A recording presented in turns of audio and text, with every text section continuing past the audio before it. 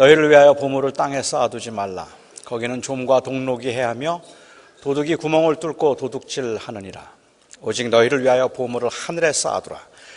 거기는 좀이나 동록이 해하지 못하며 도둑이 구멍을 뚫지도 못하고 도둑질도 못하느니라. 내 보물이 있는 그곳에는 내 마음도 있느니라.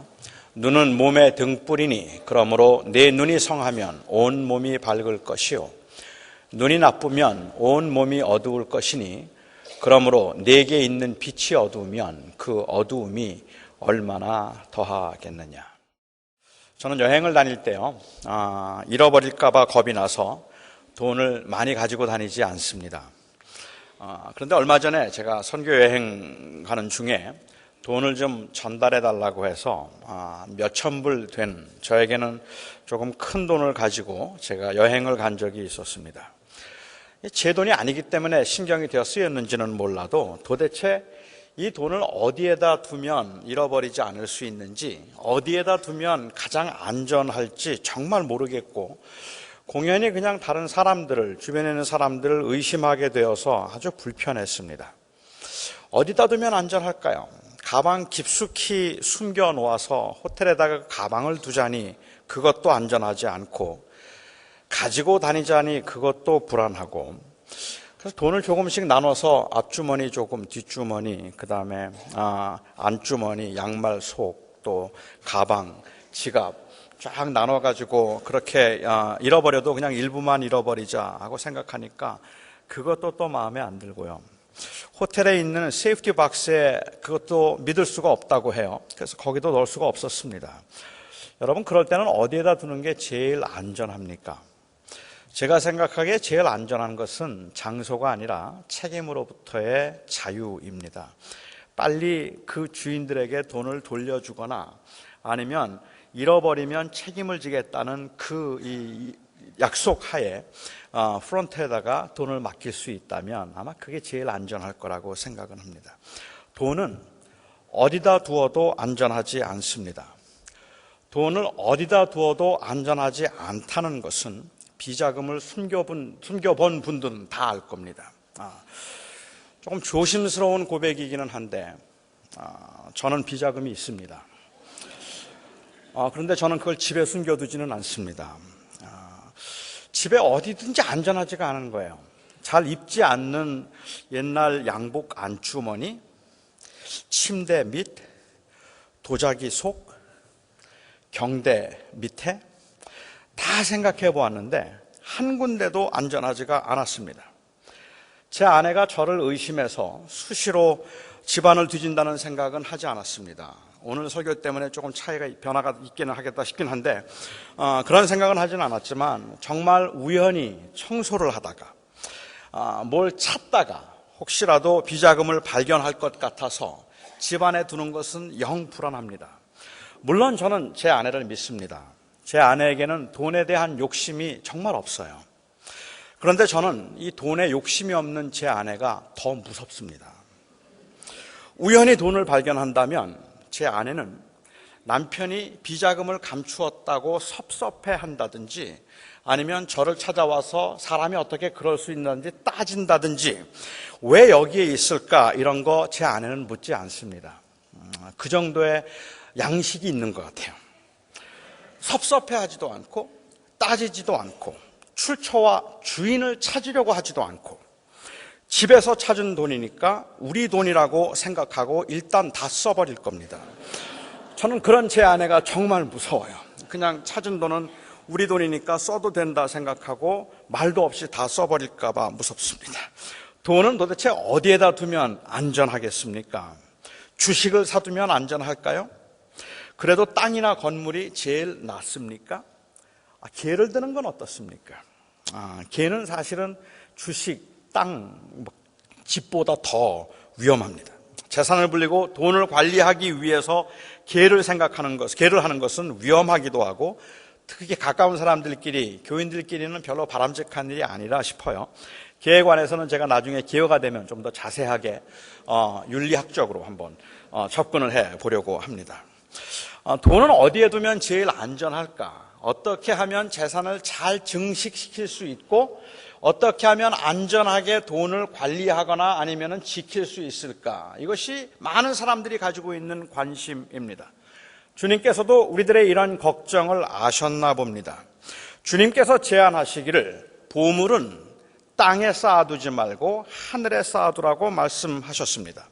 그 이유는 이 땅은 어디에도 안전하지가 않아서 그 땅에 있는 것들은 좀이 먹고 동록이 있으며, 동록이라는 것은 이 랏하는 것, 썩어버리게 만드는 그러한 그 벌레인데, 썩게 만들거나 그렇지 않다면 도둑이 들어서 훔쳐갈 것이기 때문에 이 땅은 어디에도 안전하지 않고 재물은 하늘에 쌓아두라고, 그렇게 보물은 하늘에 쌓아두라고 말씀을 하셨습니다. 여러분, 주님께서 하신 이 말씀의 의도를 이해하실 수 있겠습니까? 주님께서 보물을 하늘에 쌓아두라고 말씀하시면 구체적으로 우리가 어떻게 살라는 말인지, 이것은 그러면 어떻게 적용할 수 있는 것인지, 무엇을 하면 이 땅에 재물을 쌓아놓지 않고 하늘에 재물을 쌓아놓는 것인지 여러분 이해하실 수 있겠습니까? 제가 생각할 때는 알 것 같기도 한데 사실은 또 애매하기도 해서 이 말씀에 대한 오해가 많다고 저는 생각합니다. 아마도 이 말씀에 대한 가장 큰 오해가 있다면 이 말씀을 하늘에 투자하라는 그러한 의미로 이해하는 경우입니다. 주님은 이 말씀을 통해서 가장 많이 그리고 가장 확실하게 이익을 남기는 투자법이나 아니면 가장 안전한 재산관리법에 관해서 이 말씀을 하신 것이 아님에도 불구하고 이 말씀이 마치 그렇게 재산을 가장 잘 관리하거나 증식시킬 수 있는 방법을 말씀하시는 거라고 생각을 해서 이 땅에서 버는 돈들과 이 땅에서 얻게 되는 수입들을 어떻게 사용해야 할까를 가지고 오늘 이 말씀을 그것에 이 말씀을 적용하는 경우들을 저는 참 많이 보았습니다. 하지만 이 말씀이 이 세상에서 버는 재물을 하늘에 쌓아두기 위해서 헌금을 하거나 아니면 어렵고 가난한 사람들을 도와주는 사역을 통해서 하늘에 투자함에 관한 말씀이라고 그렇게 말하는 분들의 경우라면 제가 생각할 때 아마 그분들의 입장은 대략 이럴 것 같아요. 우리가 가지고 있는 재물을 가지고 열심히 써서 하늘에다가 투자를 하고 하늘의 재산을 쌓아놓아 하늘의 재물 보물을 쌓아놓는 것이라고 생각할 경우에 천국에서도 돈을 버는지는 모르지만 분명히 빈부의 차이가 있습니다. 그렇게 본다면 아니겠습니까? 퍼시 콜레 목사가 썼던 내가 본 천국이라고 하는 그 책에 나오는 환상이나 몇 년 전에 혹시 여러분도 읽으셨는지 모르겠습니다만 몇 년 전에 타마스 주남이라고 하는 분이 책을 써서 한국의 조영기 목사가 번역을 했던 천국은 확실히 있다라는 그 책에 소개된 내용에 의하면 천국에는 틀림없이 빈부의 차이가 있습니다. 천국에는 잘 사는 사람들이 있고 못 사는 사람들이 있습니다. 천국에서도 아파트에 사는 사람들이 있고 저택에 사는 사람들이 있습니다. 문패가 달린 저택은 다 전부가 완전 자동식이더랍니다. 그런데 그 저택 주변에 허물어져 가거나 쓰러져 가는 집들이 있었는데 그 집에 사는 사람들은 참 불편하게 살고 있더라고 천국에 다녀온 분의 글에 그렇게 기록이 되어 있었어요. 천국에도 버스를 타고 다녀야 하는 사람들이 있고 자가용을 타고 다닐 사람들이 있습니다. 천국 가서도 버스도 못 타고 걸어 다녀야 될, 영원히 걸어 다녀야 할 분들도 천국에는 계십니다. 이런 차이가 어디에서 비롯되는 걸까요? 그러면 누가 천국에서 자가용을 타고 다니고 누가 천국에 가서도 평생이 뭐예요? 영원히 걸어 다녀야 할까요? 누가 천국에 가서 좋은 집에 살고 누가 천국에 가서 새들어서 살아야 할까요? 천국에 가서 누가 모든 것이 자동식이라 단추만 누르면 저절로 다 되는 집에 살고 천국에 가서 누가 리모컨도 안 되는 TV를 보며 살아야 될까요? 그 차이와 그 구분이 어디서부터 비롯되는 것일까요? 이 땅에서 어떻게 살았는가로 결정됩니다. 선한 일을 위해서 재물을 사용하지 않고 헌금을 많이 하지 않으면 천국 은행에 돈이 없어서 천국에 가서도 가난하게 살게 될 것이고 착한 일을 많이 하고 구제를 많이 하고 그리고 헌금을 많이 해서 이 땅에다가 쌓아두지 말고 하늘에다가 투자를 하고 하늘에다가 쌓아두면, 그러면 그 돈들은 다 천국 은행으로 트랜스퍼가 되어서 천국에서도 부자로 살 수 있습니다. 헌금을 많이 하시면 여러분들이 헌금하는 만큼은 안전하게 천국에서 몇 배로 증식이 되어서 영원토록 부유하게 살게 만들겠지만, 헌금을 인색하게 하게 되면, 그러면 이 땅에서는 그렇게 인색하게 헌금함으로 얼마나 풍요롭게 누릴지 모르지만 천국 가서는 가난하게 살게 될 것입니다. 그러니까 헌금을 많이 하시고 어려운 사람들과 약한 사람들을 많이 도와주어서 보물을 하늘에 쌓고 땅에 쌓지 말도록 하십시오. 아마도 이렇게 이해하는 경우가 많을 거라고 저는 생각합니다. 하지만 그건 제가 이야기하는 모순입니다. 우선 주님께서는 재물을 땅에 쌓아두지 말라고 하셨는데, 그래서 헌금을 많이 하면 그 헌금이 하늘에 공적으로 트랜스퍼가 되는 것은 제가 이해하겠어요. 하지만 그렇게 헌금을 많이 해서 교회가 점점 커지고 교회 재산이 증식되고 교회가 큰 교회가 되어서 아주 큰 예배당을 지은 그 교회 목사는 어떻게 되는 겁니까? 이 땅에서 다 누렸으니까 천국 가서는 또 학고방 가서 살아야 되잖아요. 그러니까 교회가 커지면 안 돼요. 교회가 많이 부흥해서 헌금을 많이 해서 교회가 많은 돈을 가지고 소유하고 있다면 이미 그렇게 해서 천국의 재산을, 하늘의 보물을 쌓아놓으라는 그 말 자체가 모순이 되는 거라는 말입니다. 아마 어떤 분들은 이 말씀은 헌금을 이야기하는 건 아닐 거고 구제를 의미하는 거라고 말하는 분들도 계실 겁니다. 불쌍하고 어려운 사람들을 도와주라는 말입니다. 약하고 가난한 사람들을 위해서 구제하라는 말입니다. 그렇게 약하고 가난한 사람들을 위해서 구제하는 그 돈은, 그리고 어려운 사람들을 위해서 베푸는 선행으로 사용되었던 재물들은 모두가 다 하늘나라에서 하늘의 천국 은행에 거기에 디파짓될 거니까 천국 가서 누리고 살 수 있게 될 것이고, 그렇지 않으면 천국에서 가난하게 살 것이다. 그러니까 구제를 강조하는 것이라고 말할 수도 있을 것 같아요. 하지만 교회가 헌금할 필요는 없고 구제를 한다고 하더라도 제가 이야기하는, 만일 그렇다면 이 땅에서 부자가 천국에서 부자 되는 겁니다. 남에게 베풀 여유 없이 빠듯하게 세상을 살아가는 여기에 앉아 계신 대부분의 여러분들이나 가난하고 힘겹게 살아가는 그러한 이 사람들은 천국 은행에 돈을 저축할 여유가 없어요. 그렇게 그렇게 되면 천국 가서도 살 길이 막막하다는 말입니다. 여유가 있어서 많이 베풀면 좋겠는데, 물론 주님께서 그 계산하는 방법이 좀 다르다 할지라도 여전히 다른 사람들에게 도움을 받으면서 살아야 하거나, 아니면은 내가 내 가족을 챙기기에도 너무 빠듯하다고 생각해서 힘겹게 살아가는 사람들의 경우에 천국에 투자한 것이 적으니 어찌합니까? 돈 많은 사람이 유리하지 않겠습니까? 천국 가서도. 그것보다 더 심각한 문제는 바로 우리가 예수 그리스도를 구주로 믿어서 그를 믿으면 오직 은혜와 그의 공로로 구원을 받는데, 이 구원이 그렇게 감사할 게 아니에요. 만일 여러분 중에 예수 그리스도의 은혜로 천국 가게 되었고 믿음으로 구원받았다고 그것을 기뻐하는 분들이 계시다면 아마도 천국 가서 좀 당황한 일들이 생길 겁니다. 예수를 믿고 너무 감격하고 감사해서 오직 주의 은혜로 내가 평생을 주님을 모르고 주님을 배반하고 내 마음대로 살다가 말년에 그리스도의 은혜를 경험하게 되고 그 은혜로 구원받았음에 감격해서 예수를 나의 주님으로 믿고 그 말년에 주님을 영접하고 미처 선을 행할 겨를이나 아니면 그런 시간적 여유 없이 세상을 떠난 분들, 구원받았다고 기뻐하고 천국에 갔는데 천국 가서 학고방 살아요. 영원히. 가난하게 살게 된다면 어찌하겠습니까? 우리가 그 땅에서 천국에 들어가는 것도 좋지만 그것보다 더 중요한 것은 어떤 퀄리티의 라이프를 천국에서 살 수 있는가 하는 것인데, 그 퀄리티 있는 라이프를 살게 하는 것은 예수님의 은혜가 아니라 여러분들의 행위란 말입니다. 여러분들이 얼마나 착한 일을 많이 했는가, 얼마나 많이 구제했는가, 얼마나 어려운 사람들을 도와주었는가, 얼마나 다른 사람들에게 베풀었는가 하는 그것들에 의해서 여러분들의 천국 삶의 퀄리티가 결정되는 거니까, 천국 들어가게 되었다고 기뻐했던 사람들이 천국 가서 당황하지 않겠습니까? 천국 가면 행복할 줄 알았는데, 만족할 줄 알았는데 아파트에 살아야 된다. 답답하지 않겠습니까, 여러분? 저는 이 말씀은 그렇게 천국에 투자하는 법에 관해서 말씀하는 것이 아니라고 생각합니다. 절대로 그럴 수 없습니다. 주님의 은혜로 우리가 구원을 받았다면 그 받은 구원에 차별이 있을 수 없다는 말입니다.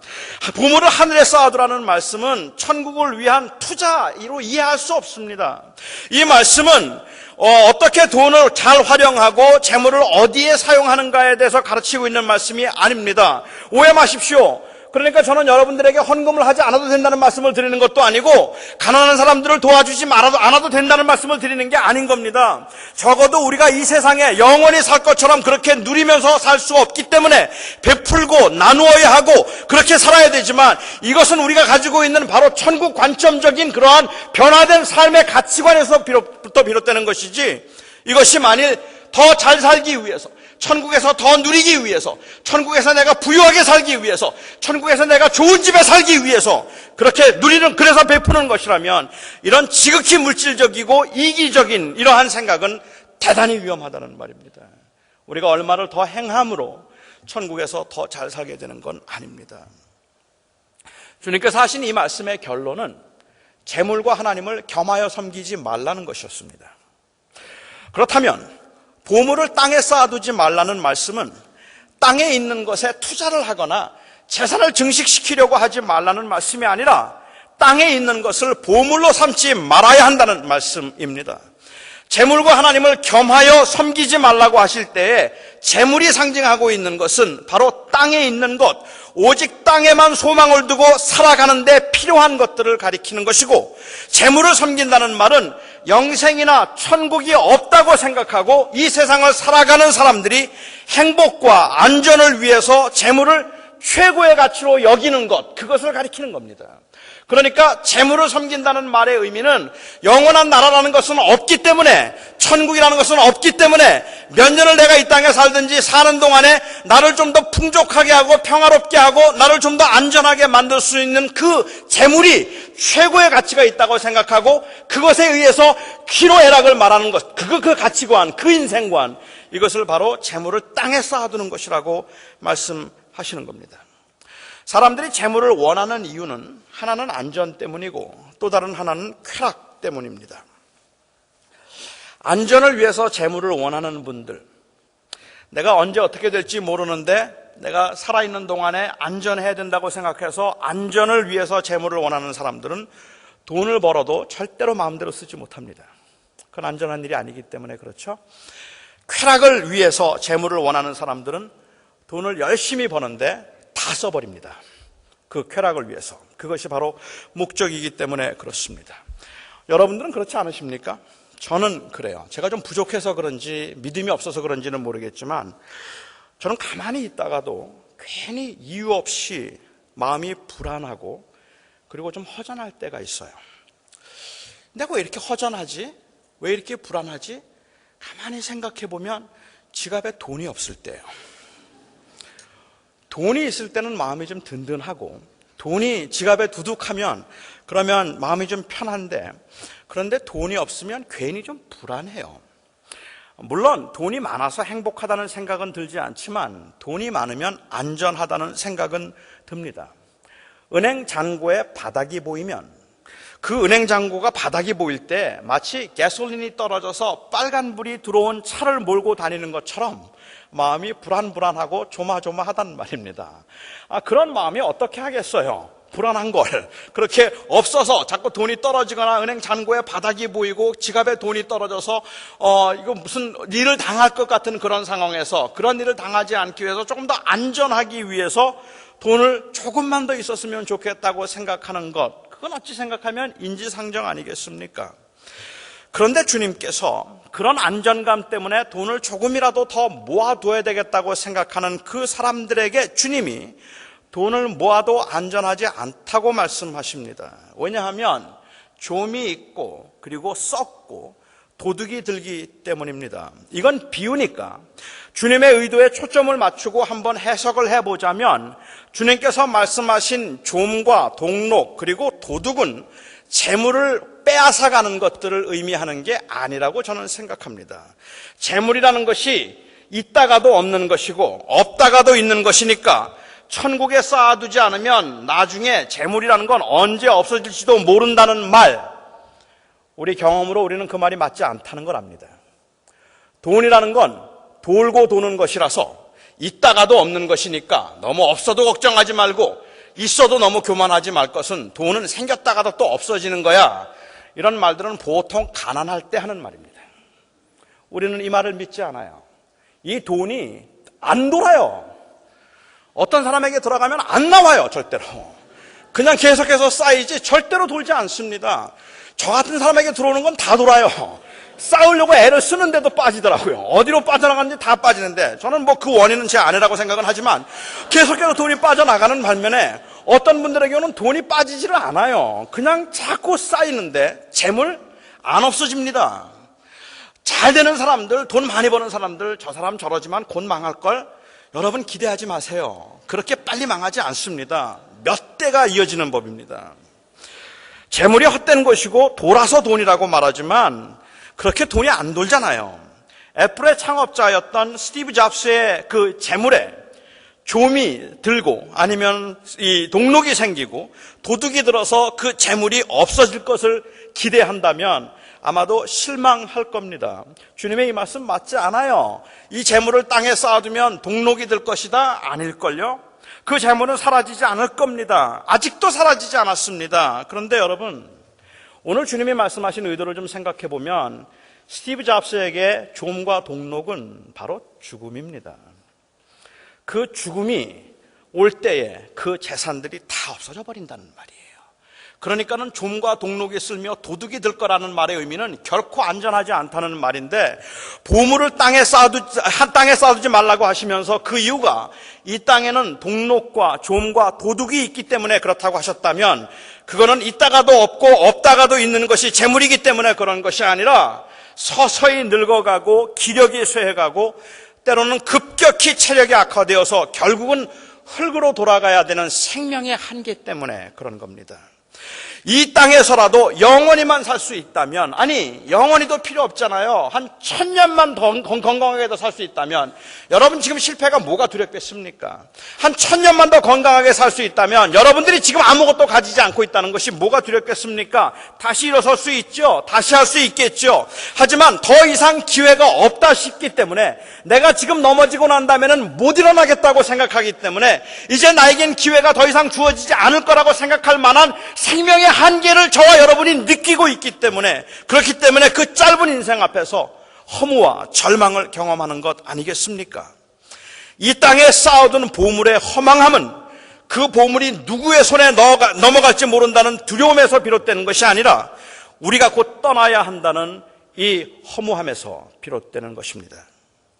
그림을 좋아하는 한 사람이 있었답니다. 그림을 너무너무 좋아했어요. 그는 좋은 그림을 많이 수집해서 서재에다가 다 전시해 놓았습니다. 서재를 가득 채웠어요. 그가 수집한 그림들은 모두가 다 가치 있는 것들이었고 영구적인 가치를 가지고 있는, 몇백 년이 지나도 오히려 그 값이 오를 수 있는 그러한 아주 귀한 그 그림들이었습니다. 이 그림들을 소장하고 그는 그 그림들을 끔찍히 사랑했습니다. 어느 날 하인이 한번 2층 서재 앞을 지나가는데 서재 문이 열려 있어서 들여다보았더니 거기에 그 주인이 그림을 쓰다듬고 있었습니다. 울면서 그 그림을 쓰다듬고 있는 거예요. 그 그림을 쓰다듬으면서 한마디밖에는 하지 않았다 그래요. I must leave you. I must leave you. 내가 너를 곧 떠나야 한다. 내가 너를 곧 떠나야 한다. 그 그림의 가치는 사라지지 않을 겁니다. 지금까지도 그건 가치 있는 거겠죠. 누구의 손에 있든지. 하지만 그 주인은 내가 가야 한다는 걸 알았어요. 그렇게 내가 떠나야 하는 것이 바로 동록이고 좀이고 도둑이라고 주님께서는 말씀하시는 겁니다. 우리가 소중하게 모아놓은 것들, 여러분들이 지금 소중하게 모아놓고 안전을 위해서 지키고 있는 그것들이 우리의 손을 떠나기 전에 우리가 먼저 I must leave you라고 말해야 할지도 모릅니다. 아마도 여기 계신 많은 분들은 그 얘기를 먼저 해야 할 분들일 거다 싶기도 해요. 저를 포함해서. 우리가 떠날 때 함께 가지고 가리라 말하는 것, 이 세상엔 아무것도 없습니다. 보물을 땅에 쌓아둔다는 말은 마치 이 땅에 영원히 살 것처럼 살아가는 인생관을 가리키고, 보물을 하늘에 쌓아둔다는 것은 하늘의 소망을 두고 잠시 이곳에 있다가 이곳을 떠나 그곳에 갈 것이라고 믿고 살아가는 인생관을 가리키는 겁니다. 제가 그렇게 생각하는 이유는 그 다음에 하신 주님의 말씀 때문입니다. 주님은 보물이 있는 곳에 마음이 있다고 하셨습니다. 보물은 단순히 재물을 말하는 것이 아니라 소중한 것, 가장 소중한 것을 가리킨다고 저는 생각합니다. 그리고 주님께서는 보물이 있는 곳에 마음이 있다는 것은 돈이 있는 곳에 내 마음이 있다는 말씀이 아닙니다. 아닐 겁니다.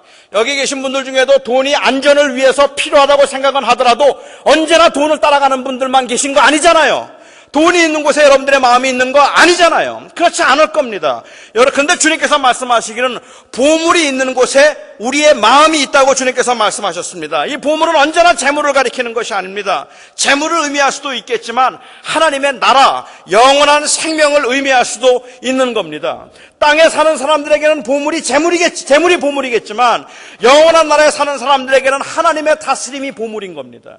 그 하나님의 통치가 바로 보물이 되는 것이겠죠. 우리가 천국을 소망하며 산다면 우리의 마음을 하늘에 둘 것이고, 이 땅에서의 부귀영화를 원하며 산다면 우리의 마음을 우리는 이 땅에 두고 살 것입니다. 이 땅에서의 부귀영화에 우리의 마음을 두었다면 제가 오늘 여러분과 나누는 이러한 이야기들, 얼마나 듣기 좋은 이야기든 간에 전혀 아무런 도움도 되지 아니하고 아무런 위로도 되지 아니하고 어떤 도전도 되지 않을 겁니다. 어차피 안 믿으니까요. 내가 믿는 건 어떻게 하면 내가 이 땅에서 잘 살 수 있을까? 차라리 제가 오늘 여러분들에게 이 땅에 사는 동안에 필요한 재물을 어떻게 하면 복을 받을 수 있을까? 얼마나 간절하게 기도하고 얼마나 매달리면 하나님께서 여러분들을 축복해 주셔서 여러분들이 이 땅에서 그야말로 지금 11조 내는 것에 20배를 내게 만들 수 있을까 하는 이야기를 해드린다면 믿든지 안 믿든지 그 말이 더 위로가 될지도 모르겠다는 생각이 들어요. 어차피 이 땅에 사는 동안에 우리가 어떻게 사는가 하는 것이 가장 궁극적인 관심일 것이기 때문에 그렇습니다.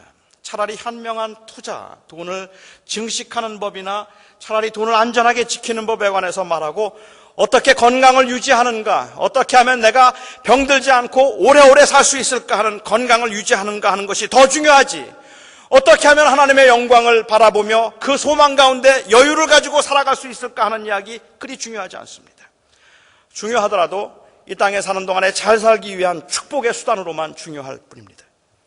하지만 우리의 마음이 천국에 있다면, 우리의 소원이 영원한 나라에 있다면, 우리의 바람이 바로 그 하나님의 다스림에 있다면, 그렇다면 하나님의 나라를 바라보고 있다면, 비록 이 땅에 사는 동안에 고난이 있다 할지라도, 부족함이 있다고 할지라도 우리는 낙심하지 않을 수 있고, 제가 오늘 여러분들에게 드리는 이 말씀이 저에게, 여러분에게 가장 큰 위로가 되는 말씀이라고 저는 생각합니다.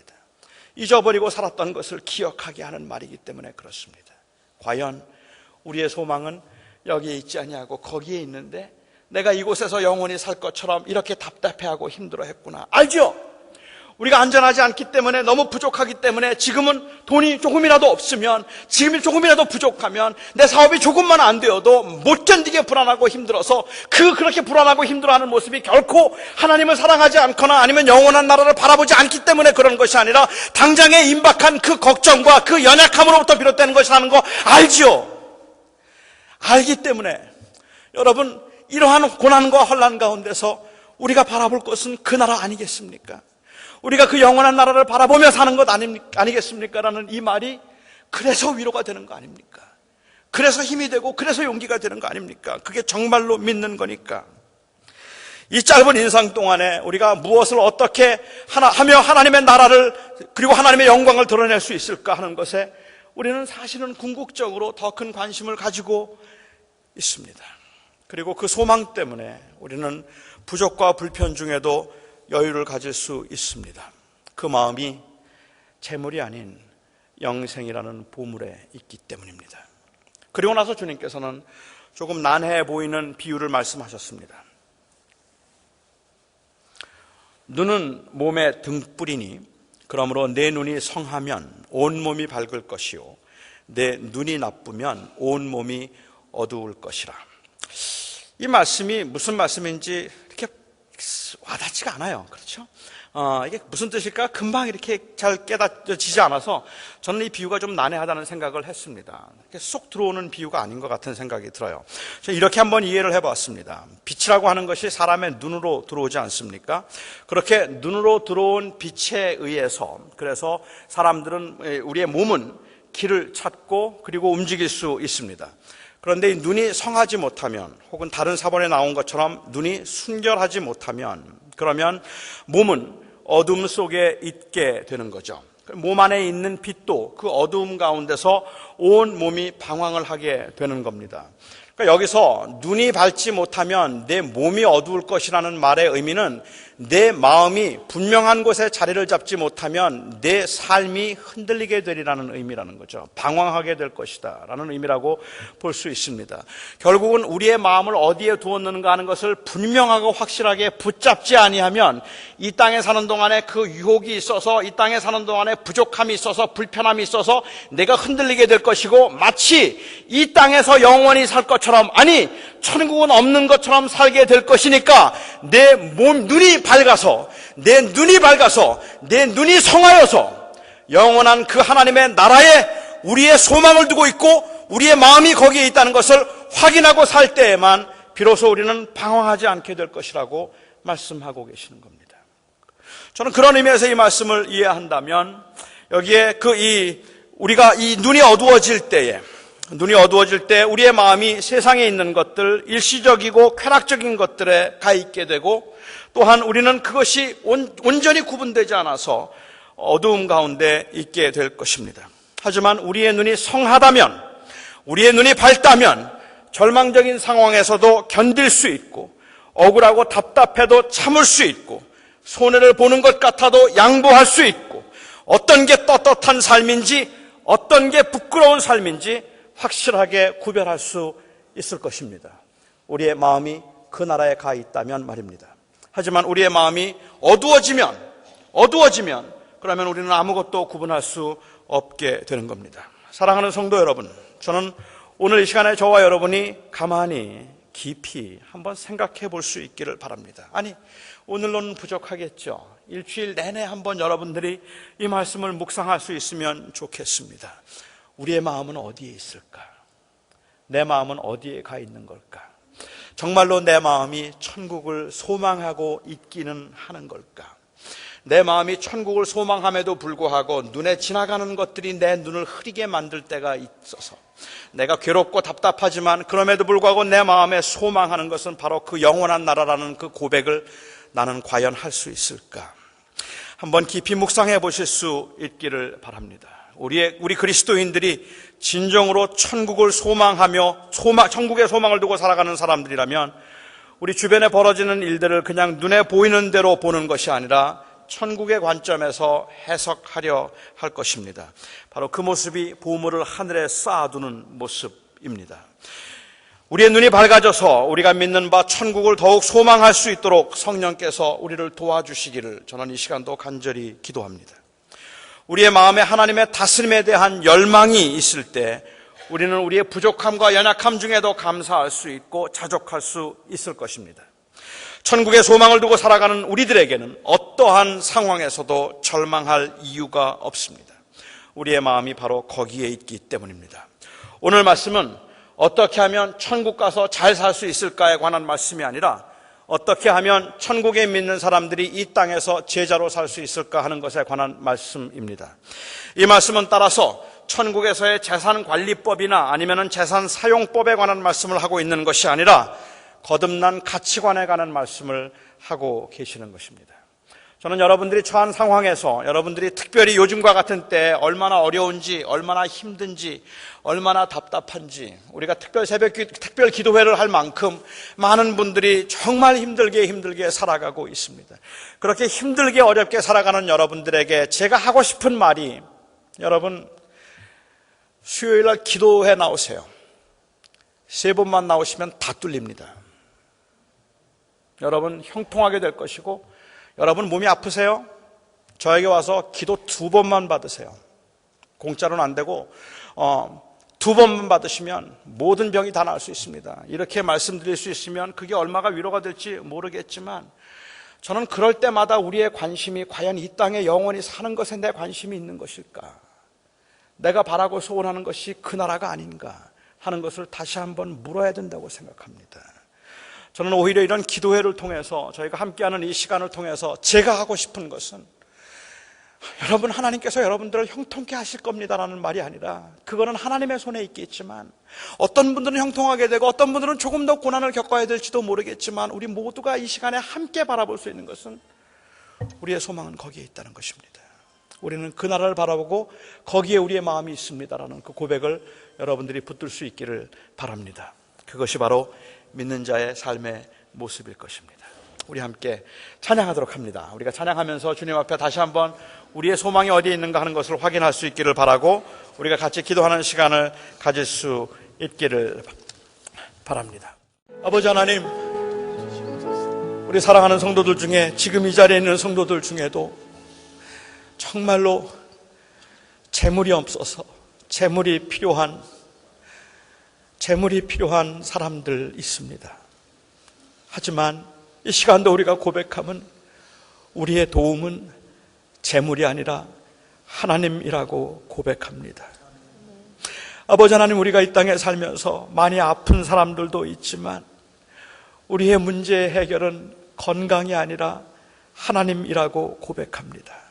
왜냐하면 우리가 소망하는 우리의 마음을 둔 곳은 이 세상이 아니고 하나님의 나라이기 때문입니다. 이 땅에 살아야 하기 때문에 어쩔 수 없이 조급해하고 불안해하고 이 땅에 사는 동안에는 우리의 약함 때문에 어쩔 수 없이 조바심이 나고 두렵겠지만 하나님, 그 부족함을 느낄 때마다, 연약함을 느낄 때마다, 아프고 힘들다 싶을 때마다 오 주여, 우리의 마음은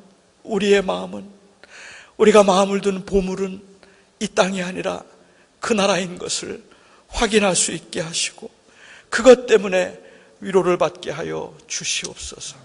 한 주간도 그 주의 은혜 가운데 살았음을 감사하고 그래서 참을 수 있었고 그래서 기다릴 수 있었고 그래서 참 성실하게 일할 수 있었고 그래서 주님 낙심하지 않고 찬송할 수 있었음을 오늘도 이와 같이 주님 앞에 정성껏 예물을 드리며 고백합니다.